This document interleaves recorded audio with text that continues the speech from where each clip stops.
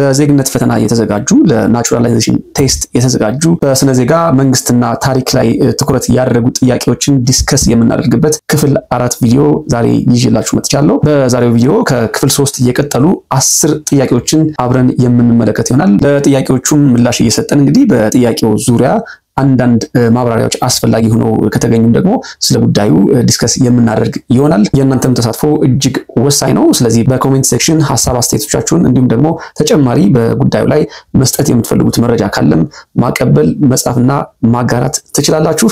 ይህንን ቪዲዮ የምትመለከቱ ላይክ እያደረጋችሁ በመጀመር ብዙዎቹ ጋር እንዲደርስ እናድርግ። አዲስ ሆናችሁ የምትከታተሉ ደግሞ ሰብስክራይብ በማድረግ የሳም ዩቲዩብ ቻናል ቤተሰብ እንዲሆኑ ግብዣዬ ነው። ቀጥታ ወደ ጥያቄዎቹ እንሄዳለን።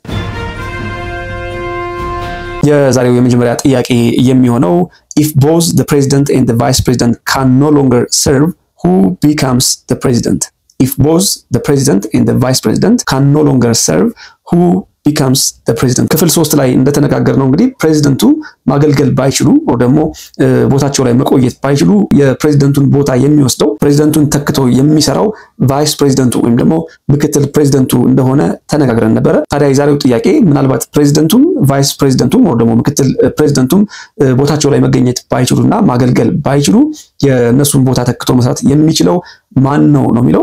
ስለዚህ ፕሬዚደንቱም ቫይስ ፕሬዚደንቱም ካልተገኙ በቦታው ሊገኝና ሊያገለግል የሚችለው the speaker of the house ይሆናል ማለት ነው። የምክር ቤቱ አፈ ጉባኤ ማለት ነው። ስለዚህ ፕሬዚደንቱም ቫይስ ፕሬዚደንቱም or ደግሞ ምክትል ፕሬዚደንቱም ቦታው ላይ ተገኝተው ማገልገል ባይችሉ ኃላፊነቱ ለምክር ቤቱ አፈ ጉባኤ የሚሰጥ ይሆናል ማለት ነው። so your answer will be the speaker of the house or ደግሞ የምክር ቤቱ አፈ ጉባኤ ኃላፊነቱን ወስዶ የሚያገለግል ይሆናል ማለት ነው። ሁለተኛው ጥያቄ who is the commander in chief of the military? የጦር ኃይሉ ዋና አዛዥ ማን ነው ነው የሚለው።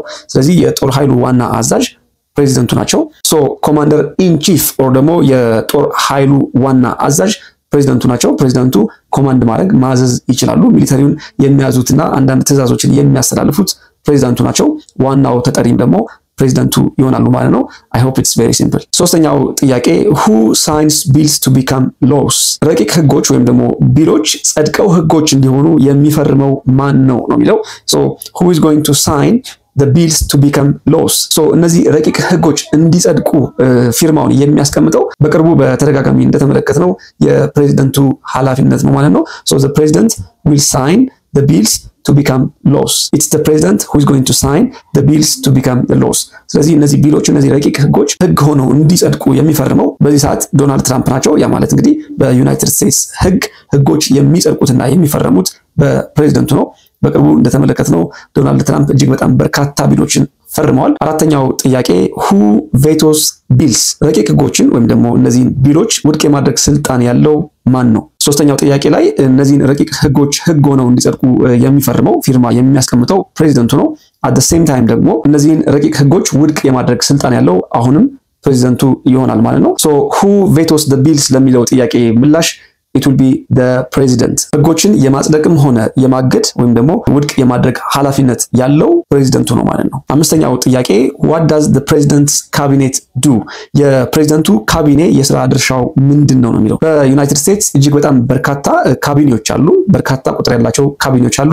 እነዚህ ካቢኔዎች ዋና የሥራ ድርሻቸው ፕሬዚደንቱን ማማከር ነው። እንግዲህ ሁሉም የራሳቸው የሆነ የሥራ ድርሻ አላቸው ወይ ደግሞ የሥራ ክፍፍል አላቸው። በተሰጣቸው የሥራ ድርሻ ዙሪያ ፕሬዚደንቱን የማማከር ኃላፊነት ይኖራቸዋል ማለት ነው። ስለዚህ what does the president's cabinet do? They advise the president። ፕሬዚደንቱን ማማከር ነው ማለት ነው ስራቸው። ስድስተኛው ጥያቄ ከአምስተኛው ጋር ተያያዥነት ያለው ነው። what are the two cabinet level positions ነው የሚለው። what are the two cabinet level positions?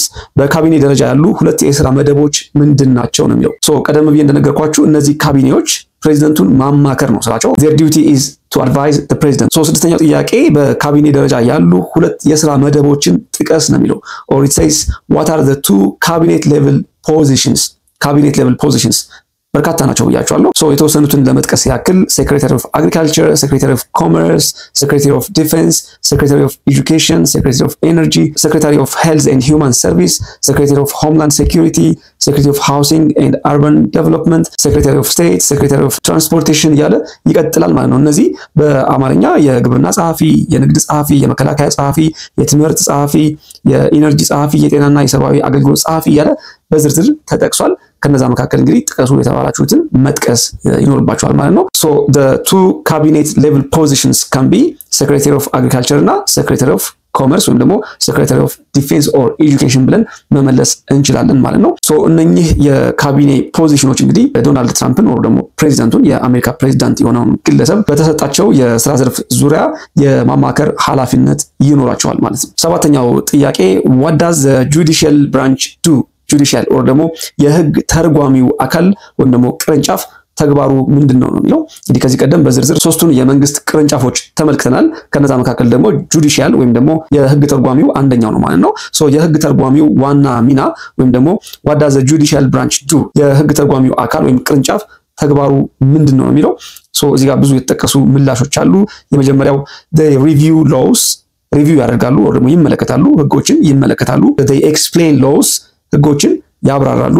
they resolve disputes or disagreements ውዝግቦችን ወይም ደግሞ ቅራኔዎች ሲኖሩ ይፈታሉ።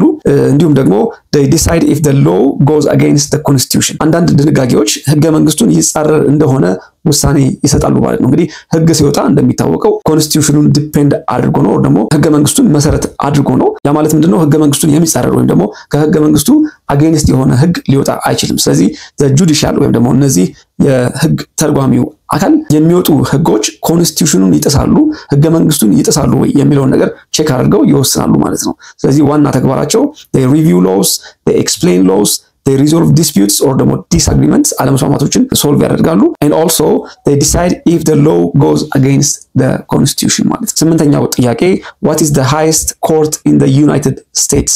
በዩናይትድ ስቴትስ ውስጥ ከፍተኛው ፍርድ ቤት የትኛው ነው የሚለው። እንደምታውቁት እንግዲህ የራሱ የሆነ ሃይራርኪ ያለው ፍርድ ቤቶች የራሳቸው የሆነ ደረጃ አላቸው። ሶ በዩናይትድ ስቴትስ the highest ወይም ደግሞ ከፍተኛው የፍርድ ቤት ሌቭል the highest court in the United States it is the Supreme Court ወይ ደግሞ ጠቅላይ ፍርድ ቤት የምንለው ማለት ነው። the Supreme Court is the highest court in the United States የመጨረሻው ይግባኝ የሚጠየቅበት የፍርድ ቤት ደረጃ እንግዲህ Supreme Court ወይም ደግሞ ጠቅላይ ፍርድ ቤት ነው ማለት ነው። ዘጠነኛው ጥያቄ how many justices are on the Supreme Court? justices ወይም ደግሞ judges ለማለት ነው። how many justices are there on the Supreme Court? በጠቅላይ ፍርድ ቤት ውስጥ ስንት ዳኞች አሉ ይላል።